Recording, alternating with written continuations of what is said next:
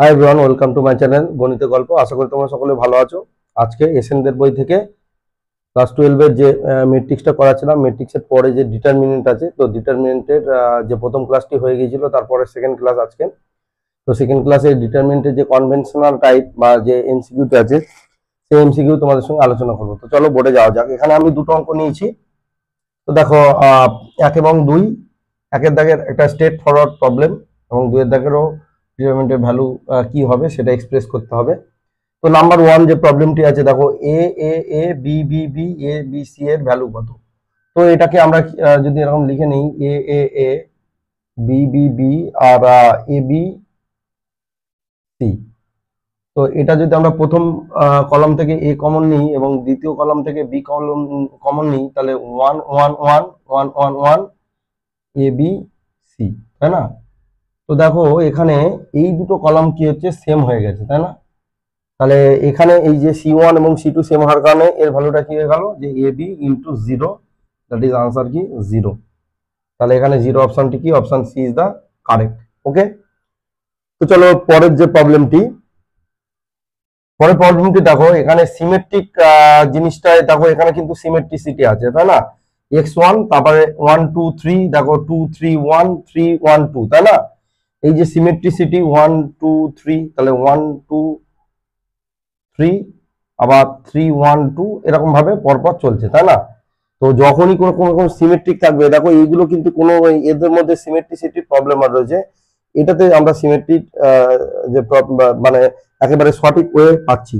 তো এখানে আমরা এই অঙ্কটি দেখেই আমরা বুঝতে পারছি কি option B is the correct. তোমরা চাইলে এটাকে ভাঙতে পারো, ভেঙে দেখতে পারো যে এটি এটার সাথে পুরোপুরি হুবহু মিলে যাচ্ছে, ম্যাচ করে যাচ্ছে। তো চলো, আশা করি এই দুটি বুঝতে পেরেছো। তো চলো পরের অঙ্কে যাওয়া যাক। এখানে দুটি অঙ্ক নেওয়া আছে। প্রথম অঙ্কটি determinant equal to a1 b1 c1 a2 b2 c2 a3 b3 c3 দেওয়া আছে এবং ওই ডেলের যে ভ্যালু সেটি কোফ্যাক্টর দিয়ে বা যে সহ উৎপাদক আছে সেটি দিয়ে আমাদের লিখতে হবে। এখন এখানে কিন্তু কোফ্যাক্টর গুলো বলে দিয়েছে। দেখো a1 এর কোফ্যাক্টর হচ্ছে ক্যাপিটাল a1, a2 এর কোফ্যাক্টর ক্যাপিটাল a2, এরকম ভাবে C3 যেটা লাস্ট পর্যন্ত আছে তার কোফ্যাক্টর হচ্ছে ক্যাপিটাল C3। এখন আমরা ডিটারমিনেন্টের ফর্মুলা এটা মনে রাখবো যে ডিটারমিনেন্ট কিন্তু যে কোনো রো বা যে কোনো কলম ভাবেই আমাদের এক্সপ্যান্ড করা যায়, কিন্তু এখানে আমাদের লক্ষ্য রাখতে হবে যে যে রোটা দিয়ে ভাঙবো, যেমন দেখো এই যে এখানে A2 B2 C2, তাই না? মানে A2 B2 এখানে হচ্ছে কি সেকেন্ড রো দিয়ে ভেঙেছে, কিন্তু A2 রেসপেক্টে যে কোফিসিয়েন্ট হওয়ার কথা, যে সহ উৎপাদক হওয়ার কথা, সে কোফ্যাক্টর, তো এখানে A2 ক্যাপিটাল A2 হওয়ার কথা, এটাকে ক্যাপিটাল A2 হলে আর এটাকে ক্যাপিটাল B2 হলে, এখানে ক্যাপিটাল C2 হলে, তাহলে এটা রাইট হতো, কিন্তু এটা তা নেই, তাহলে এটা রং। ঠিক একইভাবে এখানে দেখো A1 A2 A3, তাহলে এটা কোন, A1 A2 প্রথম কলাম, তাহলে এদের রেসপেক্টে হচ্ছে ক্যাপিটাল A1 দরকার ছিল, ক্যাপিটাল A2 দরকার ছিল আর ক্যাপিটাল A3 দরকার ছিল, কিন্তু সেটা নেই, তাহলে এটাও কিন্তু রং। এটা দেখো A2 B2 C2, এই যে A2 B2 C2, এটাও কিন্তু সেকেন্ড রো, তো সেটাও কিন্তু এখানে A2 দরকার, এখানে B2 দরকার, এখানে কিন্তু C2 দরকার, কিন্তু সেটা নেই, তাহলে এটা রং। তাহলে অবশ্যই এটা দেখো এখানে C1 C2 C3, তার মানে এখানে কি এইটা দিয়ে ভাঙানোর চেষ্টা করেছে ওরা, C1 C2।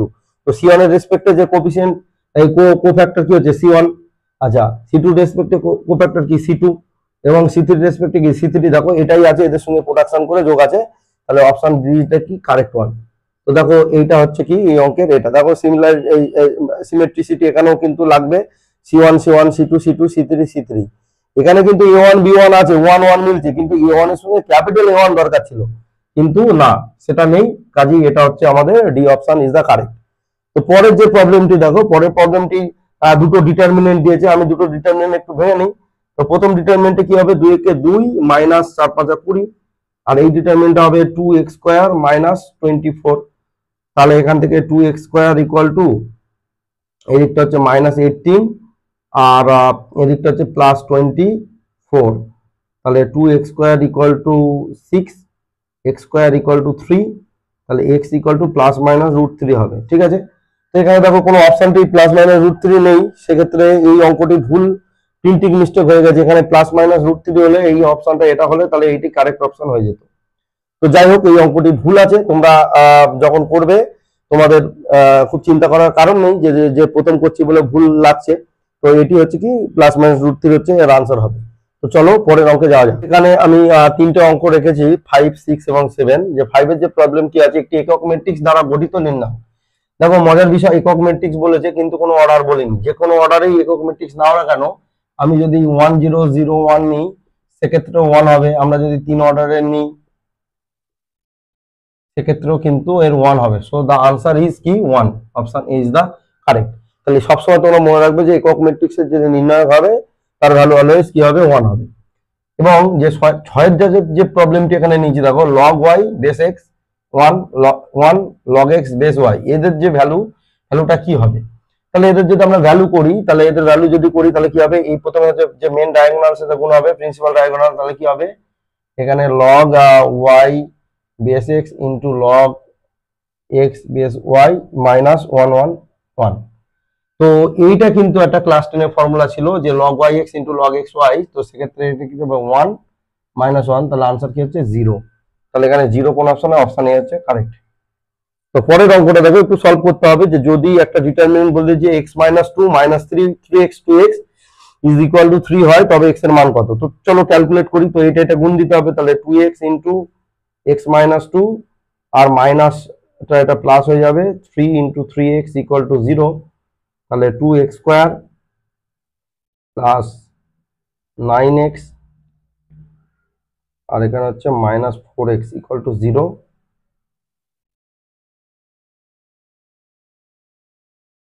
2x 3x 2x square plus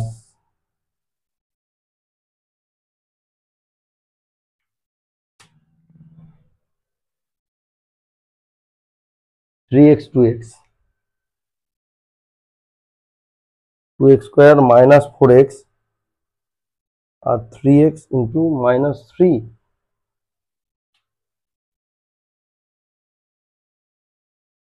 তাহলে 2x ইন্টু এটা প্লাস 9x, সো 5x, এখানে x কম নিলে 2x প্লাস 5, তো x ইকুয়াল টু 0 আর -5/2। সো এই অঙ্কটিও দেখো এখানে কোনো অপশন, এরকম কোনো অপশন নেই, তাহলে এটাও কিন্তু রং প্রবলেম বলা যায়।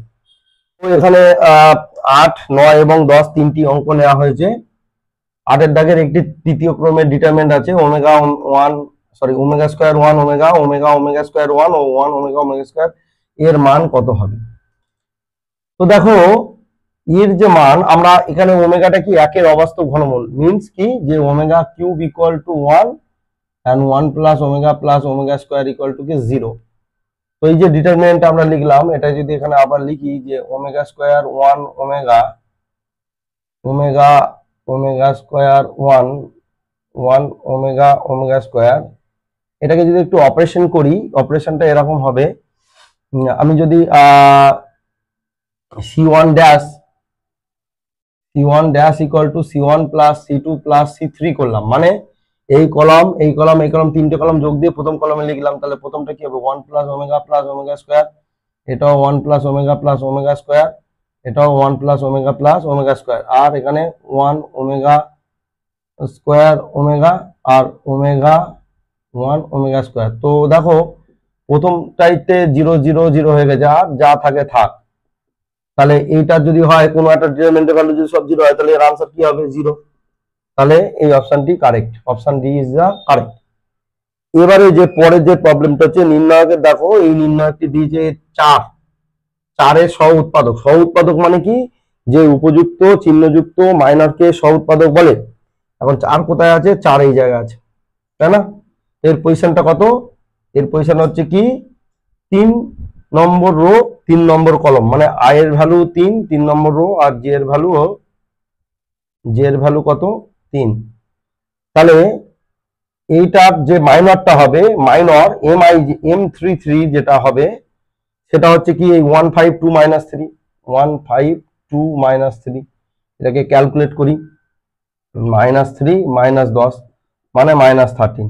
এবার আমরা যদি কোফ্যাক্টর বের করে C I J equal to -1 to the power m -1 to the power i plus J M I J, তাহলে এখানে C33 equal to -1 to the power 3 plus 3 আর এম আই এর ভ্যালু -13 এসছে, তো -1 টু দি পাওয়ার 6 ইন্টু 13 -13, তাহলে এখানে হবে -1 to the পাওয়ার 6 মানে প্লাস -13, সো -13। তাহলে বুঝতে পারলে যে C33 কি কোফ্যাক্টর, এবং এই পুরো ফর্মুলা দিয়ে করলাম, এর ভ্যালু -13, তাহলে option B is the correct. এবং যে পরের যে প্রবলেমটি দেখো এখানে মাইনরই চেয়েছে, তাহলে আমাদের এখানে চিহ্ন নিয়ে ভাবার দরকার নেই। 5 কোথায় আছে দেখো না, 5 এখানে আছে, তাই না? তাহলে এটা বাদ যাবে এবং এটা বাদ চলে যাবে, তাই তো আমরা এটাই জানি। তো এই যে ডিটারমিনেন্টটা হবে দেখো 100 -3 6 18, তাহলে 0 -18 করলে কি হবে না -18, তাহলে দেখো -18, option A is the correct option. তো দেখো অঙ্ক তিনটি খুব একটা কঠিন নয়, তোমরা এইভাবে প্র্যাকটিস করবে তাহলে তোমাদের অঙ্কে ভয় কেটে যাবে, ঠিক আছে? তো চলো পরের অঙ্কে যাওয়া যাক। তিনটে অঙ্ক রেখেছি 11 12 এবং 13। 11 দাগের অঙ্কে যে একটা 3/3 ক্রমের যে ডিটারমিনেন্ট আছে তার যে পদ A32 এর সহ উৎপাদক কত হবে। এখন A32 মানে কি 3 নম্বর রো এবং 2 নম্বর কলাম, এই প্রথম রো, দ্বিতীয় রো, 3 নম্বর রো এবং 2 নম্বর কলাম, মানে এই তৃতীয় রো আর 2 নম্বর কলাম, তাহলে এটা কি 3 2, তাই না?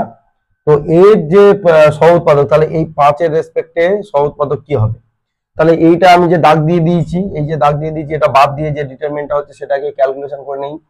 তাহলে এখানে হচ্ছে 1 থাকছে, এটা থাকছে 2, এটা থাকছে 4, এটা থাকছে 2, তাহলে ডিটারমিনেন্ট 2 কে 2 আর 4 দুগুণে -8, তাহলে হচ্ছে -6। যেহেতু এটা 3 2, তাহলে কোফ্যাক্টর সিআই যে মানে C23 equal to -1 to the power 2 plus 3 into -6, তাহলে এটা -1 টু দি পাওয়ার 5 হয়ে যাচ্ছে অড নাম্বার, তাহলে মাইনাস মাইনাসে +6, তাহলে +6, শুধু 6 হচ্ছে এই অঙ্কে কারেক্ট অপশন। এবার বলছে কি পরের প্রবলেমটা দেখো যে 3x x1 এরকম একটা 2/2 ডিটারমিনেন্ট, এই দুটো ডিটারমিনেন্টের ভ্যালু আমাকে ভাঙতে হবে। তো এই প্রথম ডিটারমিনেন্টের ভ্যালু ভাঙলে কি হচ্ছে দেখো, এটাকে আমি যখন ভাঙছি x 3 - x স্কয়ার, এটাকে যখন ভাঙছি 3 - 8, 3 - 8, 3 3 cancel, -x square equal to -8, so 1 1 cancel, এখান থেকে x ইকুয়াল টু হচ্ছে √8, অবশ্যই প্লাস মাইনাস দিতে হবে, তাহলে 2√2 প্লাস মাইনাস, তাই না? তাহলে +-2√2 নিশ্চয়ই অপশন আছে, option A is the correct. তো পরের যে অঙ্কটি আছে, পরের অঙ্কটি ডিটারমিনেন্ট ভাঙতে হবে। তো আমি প্রথম রো ওয়াইজ যদি আমরা ভাঙি, তাহলে দেখো প্রথমে হচ্ছে -1 আছে, তাহলে -1 ইন্টু -2 2 3 -3, এই তারপরটা এমনিতেই -1 হবে, এটা বাদ দিলে হচ্ছে 2 2 3 -3 2 2 3 -3 2 2 3 1 + 1 ইন্টু 2 - 2 3 3 2 - 2 3 3। তো এটা ক্যালকুলেট করলে খুব একটা সমস্যা হবে না। -1 into 6 -6 -1 into -6 -6 plus 1 into 6 plus 6 দুগুণে মাইনাস, হ্যাঁ, তাহলে এটা তো 0, এটা হচ্ছে -12 আর এখানে +12, আর এখানে হচ্ছে 6 6 12 কে 12, তাহলে আনসার হচ্ছে কত 24। তো দেখো এখানে 24 হচ্ছে কারেক্ট অপশন। তো দেখো এই তিনটি অঙ্ক খুব কঠিন নয়, তোমরা এইভাবে প্র্যাকটিস করবে, আর ভিডিওগুলো যদি বুঝতে না পারো তাহলে আমাকে অবশ্যই কমেন্ট করো, হ্যাঁ। আর চলো পরের অঙ্কে যাওয়া যাক। তো এখানে আমি 14 দাগের যে প্রবলেমটি রেখেছি যে নিচের প্রদত্ত বিবৃতিগুলির মধ্যে কোনটি সত্য। তো এখানে আমাদের সঠিকটা নির্ণয় করতে হবে। দেখো এখানে 4টি লেখা আছে, এ বি সি এবং ডি। এ লেখা আছে যে কোনো নির্ণায়কের একটি নির্দিষ্ট মান আছে। বি, কোনো নির্ণায়কের একটি পদের সহ উৎপাদক হলো ওই পদের মাইনর। কোনো নির্ণায়কের সারি সমূহের পদ গুলি স্তম্ভ বরাবর লিখলে তার মান পরিবর্তিত হয়। এবং অপশন ডি, কোনো নির্ণায়কের প্রথম সারি ও প্রথম স্তম্ভ পরস্পর অভেদ হলে তার মান 0 হবে। দেখো 4টির মধ্যে কোনটি সঠিক এটি কিন্তু আমাদের একটু আমাদের চেক করে দেখতে হবে। তো যে কোনো নির্ণায়কের একটি নির্দিষ্ট মান আছে, এটাই হচ্ছে আমাদের সঠিক, এটা আমরা অলরেডি জানি যে আমরা যাই নিই না কেন তাদের ভ্যালু 0 হোক, নেগেটিভ হোক, পজিটিভ হোক, একটা আসবে। কিন্তু প্রশ্ন হচ্ছে যে এই তিনটে যে ভুল সেটা একটু দেখি চেক করে। দেখো কোনো নির্ণায়কের একটি পদের সহ উৎপাদক হলো ওই পদের মাইনর, তাহলে এটা অবশ্যই ভুল, কারণ আমরা জানি এই যে CIJ equal to -1 to the power I plus J MIJ, তাই না? তাহলে CIJ কখনোই MIJ সঙ্গে সমান সব সময় হবে না, কিছু কিছু ক্ষেত্রে হবে। তো এইটা আমরা দেখি যে CIJ actually plus minus MIJ হয়, কখনো প্লাস এবং কখনো মাইনাস, সবসময় যে প্লাস মাইনাস হবে এরকমটা নয়, যে কিছু কিছু ক্ষেত্রে প্লাস কিছু কিছু ক্ষেত্রে মাইনাস। তাই জন্য এটা লেখা যাবে না, কিন্তু তোমাদের যা বোঝানোর জন্য এটা লিখলাম যে কিছু কিছু ক্ষেত্রে প্লাসটা নেবে, কিছু কিছু মাইনাসটা। তাহলে আমাদের কিন্তু সবসময় যে সমান হবে এটা বলা যায় না, তাহলে this is the wrong statement. কোন নির্ণয়কে সারি সময়ের পদগুলি স্তম্ভ বরাবর লিখলে তার মান পরিবর্তিত। আমরা জানি যে ডিটারমিনেন্ট এ আর এটি, এদের যে ডিটারমিনেন্ট যদি নিই তাহলে এটা অবশ্যই কি হয়, দুটো সমান হয়, কিন্তু এখানে বলছে পরিবর্তিত হয়। তাহলে রো আর কলাম চেঞ্জ করলে ডিটারমিনেন্টের ভ্যালু কোনো পরিবর্তন হয় না, কিন্তু ওরা বলছে পরিবর্তন হয়, তাহলে দিস ইজ দ্য রং। এবং লাস্ট ওয়ান যেটি বলেছে যে কোন নির্ণয়কের প্রথম সারি ও প্রথম স্তম্ভ পরস্পর হবে। তার মানে আমার বক্তব্য হচ্ছে ধরো এবিসি এখানে 1 2 3 4, তাহলে এইটার ভ্যালু কখনো কি 0 হতে পারে? সবসময় যেরকম হবে এরকম বলা যায় না। দেখো এখানে এটা আর এটা কি হচ্ছে, সেমই আছে, তাই না? তো এরকম সেম থাকলে কিন্তু 0 হতে পারে না। হ্যাঁ, দুটো সারি বা দুটো কলাম যদি অভিন্ন হয় তাহলে অবশ্যই অবশ্যই কি হবে, 0 হবে। তাহলে এটিও কিন্তু এই কারণেই রং। তাহলে তোমরা কিন্তু যখনই এরকম বড় বড় স্টেটমেন্ট দিয়ে দেবে চারটে করে, তখন কিন্তু প্রত্যেকটা স্টেটমেন্ট যাচাই করে সঠিক স্টেটমেন্টটাকে নির্ধারণ করে তোমরা কিন্তু আনসার দেওয়ার চেষ্টা করবে। তো আশা করি তোমরা বুঝতে পেরেছো, যেহেতু প্রথমটি যদিও বোঝা যাচ্ছে ঠিক, কিন্তু অন্যগুলো যে ভুল সেটি তোমাদের একটু টেস্ট করে দেখে নেওয়া উচিত। তো আজকে ভিডিওটি এটুকুই, আশা করি তোমরা বুঝতে পেরেছো। যদি বুঝতে না পেরে থাকো আমাকে কমেন্ট করবে, আর ভিডিওটি ভালো লাগলে অবশ্যই কমেন্ট করো, কমেন্টে জানিও যে ভিডিওটি তোমাদের কেমন লাগছে, আর এরপরে কোন কোন চ্যাপ্টার করবো বা কোন কোন অঙ্কগুলো তোমাদের প্রবলেম হচ্ছে সেগুলো করতে হবে, সেগুলো অবশ্যই আমাকে সাজেশন দিও। আর ভিডিওটি যদি ভালো লাগে তাহলে অবশ্যই বন্ধুদের সাথে লিঙ্কটি শেয়ার করো, আর চ্যানেলটি সাবস্ক্রাইব করে রেখো। তোমাদের যে সামনে উচ্চ মাধ্যমিক পরীক্ষা আছে তোমাদের জন্যই আমি এই সিরিজটি এনেছি। তো চলো আজকে এইটুকুই, দেখা হচ্ছে নেক্সট ভিডিওতে। টাটা।